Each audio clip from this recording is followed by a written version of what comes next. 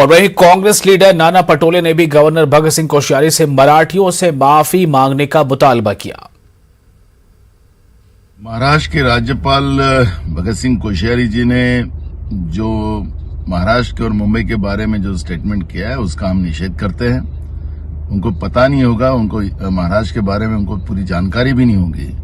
महाराष्ट्र ऐसा एक राज्य है कि इस राज्य में सभी राज्य के लोगों का सम्मान किया जाता है और उनके आधार पर उनको मदद भी की जाती है और इसलिए जो राज्य परोपकारी है उसको इस तरह की राज्य के राज्यपाल भगत सिंह कोश्यारी ने